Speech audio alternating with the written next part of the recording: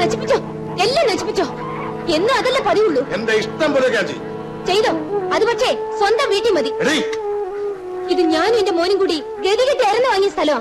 ഇവിടെ കയറി ഭരിക്കാൻ വരണ്ട. ഞാൻ നിന്റെ കെട്ടിയവനാ, അത് നീ മറക്കണ്ട. കെട്ടിയവൻ മുടിപ്പിക്കാനും കുത്തിക്കവരാനും മാത്രമായിട്ട് തോന്നുമ്പോ കയറി വരും.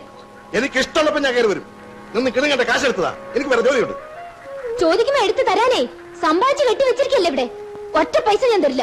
ചവിട്ടി ഞാൻ പാലും മുട്ട വിറ്റിട്ട് കാശ് നേടി കുളിച്ചു മൂടിയോ എന്ന് തന്നെ വെച്ചോ.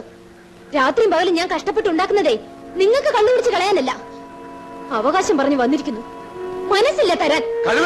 എന്നോട് കാശ് ഭരിക്കാൻ ഞാൻ നോക്കട്ടെ. കാശ് തരുന്നില്ലേ?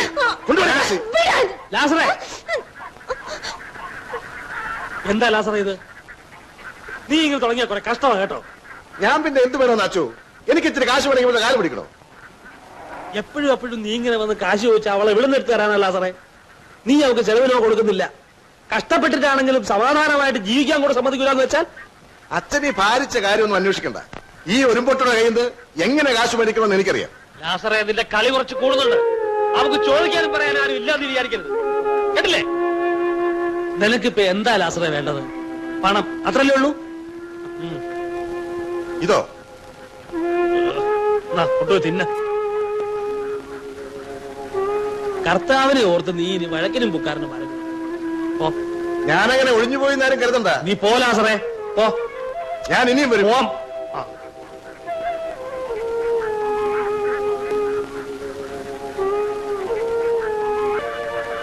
നീ ഉടുപ്പിട്ടതോടെ രക്ഷപ്പെട്ടു.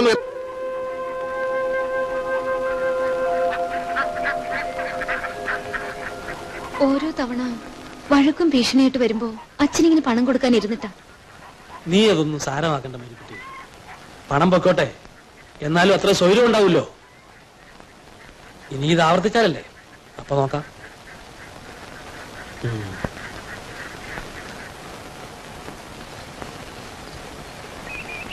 ഞാൻ കൂടെ മുൻകൈ എടുത്ത് നടത്തി കൊടുത്ത കല്യാണ. പക്ഷെ പറഞ്ഞിട്ടെന്താ, ആ ലാസർ ഉള്ള മുതൽ മുഴുവൻ മുടിപ്പിച്ചു. ചേച്ചിയെ മാത്രമല്ല അനിയത്തെയും കൂടെ നശിപ്പിക്കുമെന്നുള്ള പുറപ്പാടായപ്പോ പാവം തെരേസ രക്ഷപ്പെട്ട് ഓടിപ്പോന്നതാ. കന്യാസ്ത്രീ ആവാൻ ആ കുട്ടിയെ പ്രേരിപ്പിച്ചത് ചേച്ചിയുടെ ജീവിതം കണ്ടിട്ടുള്ള മടുപ്പാവും. പെട്ടെന്നായിരുന്നു തീരുമാനവും. അപ്പോ അവരുടെ അപ്പനും അമ്മയൊക്കെ? അമ്മ ചെറുപ്പത്തിലെ മരിച്ചു. പിന്നുള്ളത് അപ്പൻ പൈലിച്ചേട്ടൻ, ഒരു പഞ്ചപാവം. പൊന്നുപോലെ വളർത്തിയ പെമ്മക്കള് കൺമുമ്പ് വെച്ച് നരയിക്കുന്നത് കണ്ട് എതിർക്കാൻ ത്രാണിയില്ലാണ്ട് അയാൾ നാട് വിട്ടു. മരുമോൻ തല്ലിയിറക്കുകയാണെന്നും പറയാം. ഇപ്പോ ജീവിച്ചിരിപ്പുണ്ടോ ഇല്ലയോ കർത്താവിന് മാത്രം അറിയാം. ആ ലാസറിനെ കൊണ്ട് പൊറുതി കൂട്ടിയപ്പോഴാ പാവം മേരി വാടക വീട്ടിൽ നിന്ന് കുട്ടനെയും കൊണ്ട് ഒളിച്ചോടി പോകുന്നത്. പിന്നെ പള്ളിവക സ്ഥലത്ത് ഞാനാ താമസിക്കാൻ ഏർപ്പാടാക്കിയത്. ബാങ്കിൽ നിന്ന് ലോൺ എടുത്തിട്ടാ ആ വീട് കെട്ടിയതും പശുവിനെ വാങ്ങിച്ചതും ഒക്കെ. ചാണകം വാരിയിട്ടായാലും പാല് വെച്ചിട്ടായാലും ബാങ്കിലെ കടം വീട്ടണം, നിത്യവൃത്തി കഴിക്കണം. അതിനാ പാവം കിടന്ന് ശ്വാസം മുട്ടുക. അതിന്റെ ഇടയിൽ അവന്റെ ഒരു എന്നും കണ്ണീരോടെ അവള് വനിയെത്തി മുട്ടിപ്പായി പ്രാർത്ഥിക്കുന്നുണ്ട്. ദൈവം തമ്പുരാൻ എന്തെങ്കിലും അവരുടെ വിളി കേൾക്കും. എന്താടാ ഇത്ര വേഗം മടങ്ങിയേ?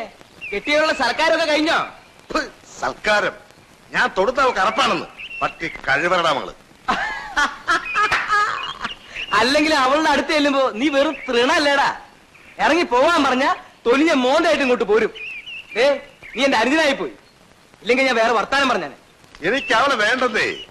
പക്ഷെ ചില്ലുവാനം കിട്ടാതെ ലാസർ പണിക്ക് പുറത്തിറങ്ങത്തില്ല. അത് കളാ.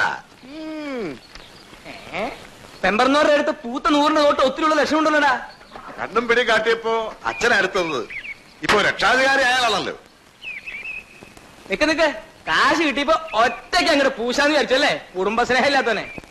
വണ്ടി പോട്ടെ, ഓട്ടാ വണ്ടി ചാരാശേപിക്കല് പോട്ടെ.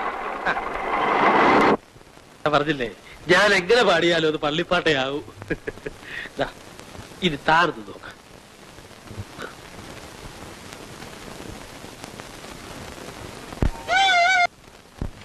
എടാ മോനെ, പറയുമ്പോ നീ മീശ ഉറപ്പിച്ചോണ്ട് ഒരു കാര്യമില്ല. പെണ്ണ് കെട്ടിയെങ്കിൽ കെട്ടിയ പെണ്ണിനെ വരച്ച വരയിൽ നിർത്താൻ കെൽപ്പുള്ളവനാണ് കെട്ടിയവൻ. മാമോദിസ വെള്ളം തലയിൽ വീണ സത്യക്രിസ്ത്യാനികളാ നമ്മള്. നിനക്കാ പേടിയില്ലെങ്കിൽ ഞാൻ പേടിക്കണം. സഭയുടെ മുമ്പിലേ എനിക്കൊരു നിലയും വിലയുള്ളതാ. കൂടെ പറഞ്ഞവന്റെ കെട്ടിയവള് വല്ലവന്റെയും കൂടി വഴിഞ്ഞാടാ. താൻ പറയാതെ തന്നെ കാര്യങ്ങളെ കിടപ്പിയാ അറിയുന്നുണ്ട്. അറിയുന്നുണ്ട്. എന്നാ മൂടിപ്പൊച്ച് കിടന്ന് ഉറങ്ങിക്കോ. ഒരുമാതിരി ചൊറിഞ്ഞ് വർത്താനം പറഞ്ഞുണ്ടല്ലോ. അപ്പൊ ചൊറിയുന്നുണ്ട്. ഈ ചൊറിച്ചിൽ എന്താ നീ മറ്റവരോട് കാണിക്കാത്തെ? അതിന് ഞാൻ എന്തോ വേണമെന്നാ പറഞ്ഞു തരാം. ഈ ഒഴിക്ക്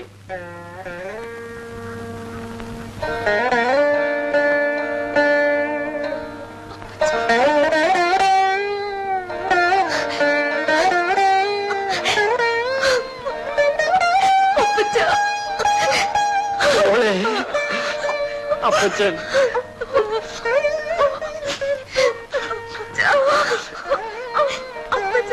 പടത്തിൽ എന്നെ അന്വേഷിച്ചു വന്നത്. ഞാൻ പറഞ്ഞപ്പോഴാ ചേച്ചി ഇവിടെ ഉണ്ടെന്ന് അറിയുന്നത്.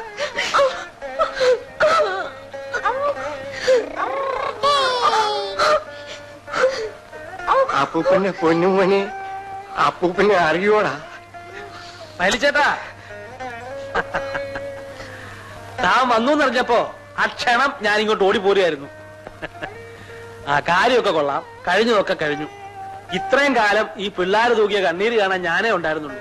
ഇനി ഇവരെ ദണ്ഡിപ്പിച്ചിട്ട് ഇവിടുന്ന് ഇറങ്ങിപ്പോകാനുള്ള ഉദ്ദേശമാണെങ്കിൽ വയസ്സിന് മൂത്തതാണെന്നൊന്നും നോക്കൂല, ചുട്ട പെടയാൻ വെച്ച് തരും. ആ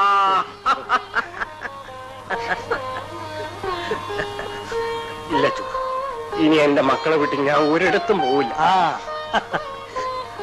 വർഷങ്ങളായി കാണാതിരുന്ന അപ്പൻ തിരിച്ചു വന്നപ്പോ സന്തോഷിക്കേണ്ടതിന് വേറെ രണ്ടുപേരും കൂടെ ഒന്ന് കരയാ. മിസ്സേ, ഇവരിപ്പോ അപ്പനായി, മക്കളായി, പേരക്കുട്ടിയായി. കളരിക്ക് പുറത്ത് നമ്മളെന്തിനാ വെറുതെ? ആ വാ വലിച്ചേട്ടാ, പള്ളിയിലേക്ക് വരണം. ആ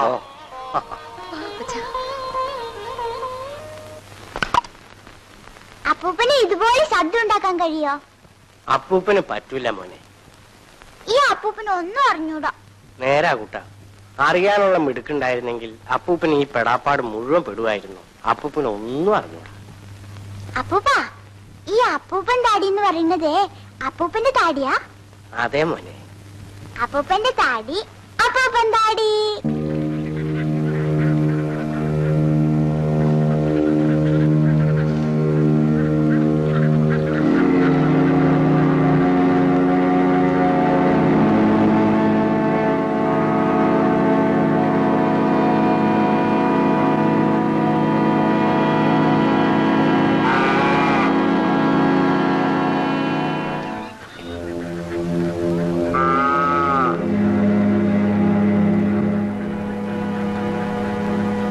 ഒരു ക്ലാസ് എടുത്തു വേടാ. എനിക്കിപ്പോ മനസ്സില്ല. പറ്റി കഴിവണവൻ അനുസരണ തൊട്ട് നിന്നിട്ടുള്ളൂ നോക്കി. അതെങ്ങനെ വളർത്തിന്റെ വിടവശേഷം കാണിക്കായിരിക്കൂ? അയ്യോ, ഇതെന്ത് പറ്റി? ഇവിടെ തന്നെ അങ്ങ് ഇരുന്ന് കളഞ്ഞത്. അങ്ങ് അകത്ത് കയറി ഇരിക്കോ കിടക്കോ എന്ത് വേണേ ആകാമായിരുന്നല്ലോ. അല്ല, നാലാളെ അറിയിച്ചാൽ നീ ഇറങ്ങുന്നുണ്ടെങ്കിൽ അകത്ത് കിടക്കുന്ന കട്ടിലെടുത്ത് പുറത്തോട്ട് കളി. അല്ല കൂടുതൽ സൗകര്യം. അനാവശ്യം പറയുന്നു. പട്ടി, നിനക്ക് പ്രവർത്തിക്കാം. നിങ്ങൾ വെറുതെ തെറ്റിദ്ധരിച്ചിരിക്കുകയാണ്.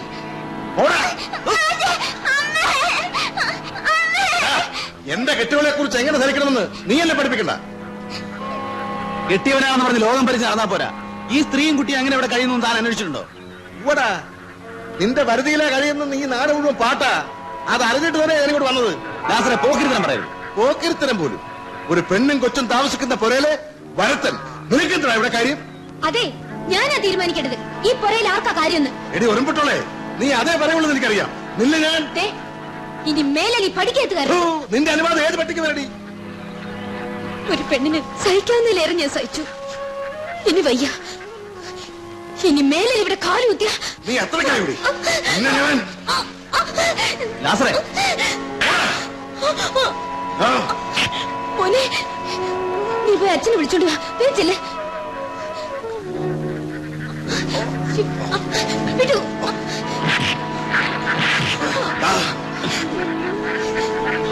വേണ്ട, ഞാൻ പറയുന്നൊന്ന് കേൾക്കൂ.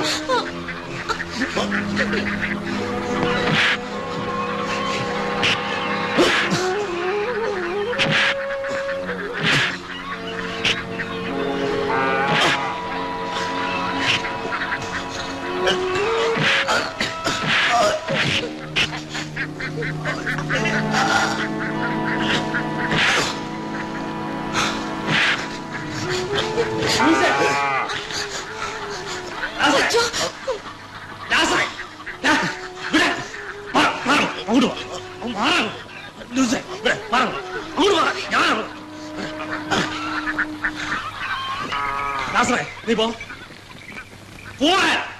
ഞാൻ പൊക്കോളാം. പക്ഷെ ഈ കൂത്താട്ടത്തിന് നാട്ടുകാർ കൂട്ടി നിൽക്കുന്നുണ്ടെന്ന് എനിക്കൊന്ന് കാണുന്നു. അച്ഛൻ വേണേ കുള പിടിച്ചു കൊടുത്തു. എത്ര നാളത്തേക്കെന്ന് ഞാൻ കാണിച്ചു തരാം. ലാസറേ, എടീ, ഞാൻ ഇനിയും വരും.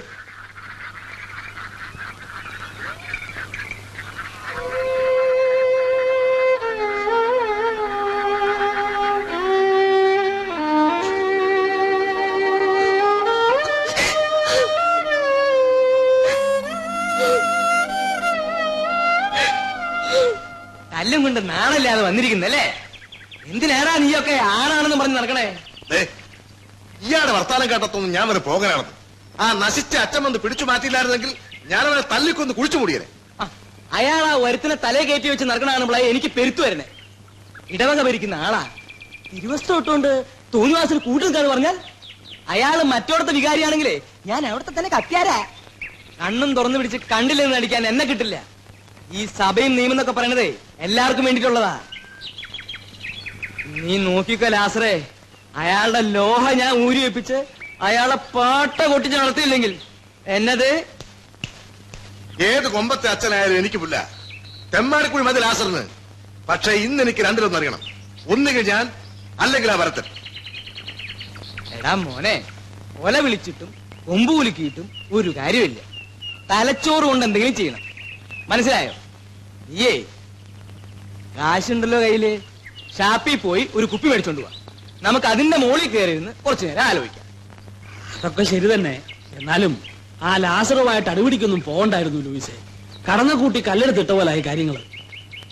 നാട്ടുകാരതും ഇതൊക്കെ പറഞ്ഞു തുടങ്ങിയിട്ടുണ്ട്. മനഃപൂർവ്വം ഒന്നും ചെയ്തതല്ല അച്ചു. ആ സമയത്ത് അവിടെ ഉണ്ടായിപ്പോയത് അബദ്ധമായത്. അവിടെ വന്ന് ബഹളം വെച്ചപ്പോ അവരിട്ട് ഉപദ്രവിക്കുന്നത് കണ്ടപ്പോ ഒഴിഞ്ഞു മാറിയതാ. പക്ഷെ നിയന്ത്രണം വിട്ടുപോയി. ആ ലാസർ എന്തും ചെയ്യാൻ മടിക്കാത്ത പ്രകൃതക്കാരനാ. അതുകൊണ്ടാ എന്നെയും ചീത്ത വിളിച്ചോണ്ട് നടക്കുന്നുണ്ടെന്ന് കേട്ടു. ഇതൊക്കെ ആര് ചെവി കൊടുക്കാൻ പോകുന്നു? കർത്താവിനും മനസാക്ഷിക്കും നിരക്കാത്ത ഒന്നും ഞാൻ ചെയ്യുന്നില്ല. ആ വിശ്വാസം എനിക്കുണ്ട്. അതുകൊണ്ട്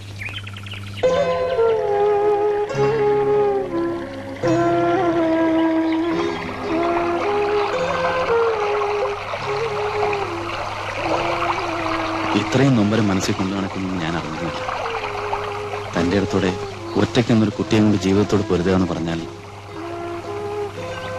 ആശ്വസിപ്പിക്കാൻ എന്താ പറയാന്ന് എനിക്കറിയില്ല. എല്ലാവരും ഉണ്ടായിട്ടും ഞാൻ ഒറ്റയ്ക്കാണ്.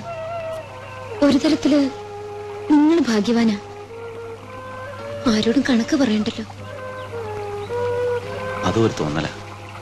സ്വന്തമെന്ന് പറയാൻ ആരുമില്ലല്ലോ എന്ന് ഓർക്കുമ്പോൾ എനിക്കും ദുഃഖം തോന്നും ചിലപ്പോൾ. മേരിക്ക് കൂട്ടിന് കുട്ടനെങ്കിലും ഉണ്ടല്ലോ. എല്ലാ ദുഃഖങ്ങളും മറക്കാൻ അവനൊരാൾ മതിയല്ലോ. എല്ലാം സഹിച്ച് പിന്നെയും പിടിച്ചു നിൽക്കുന്നത് അവന് മാത്രം ഓർത്തിട്ടോ. പക്ഷെ സഹിക്കുന്നതിനും ഒരതിലുണ്ടല്ലോ മനുഷ്യർക്ക്.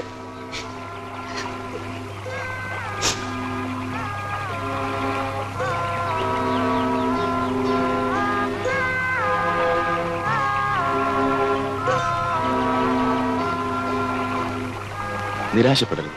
ഇനിയും പിടിച്ചു നിൽക്കണം. ഇത് ഒരു ഉപദേശമല്ല, പറയാനുള്ള അവകാശവുമില്ല. എന്നാലും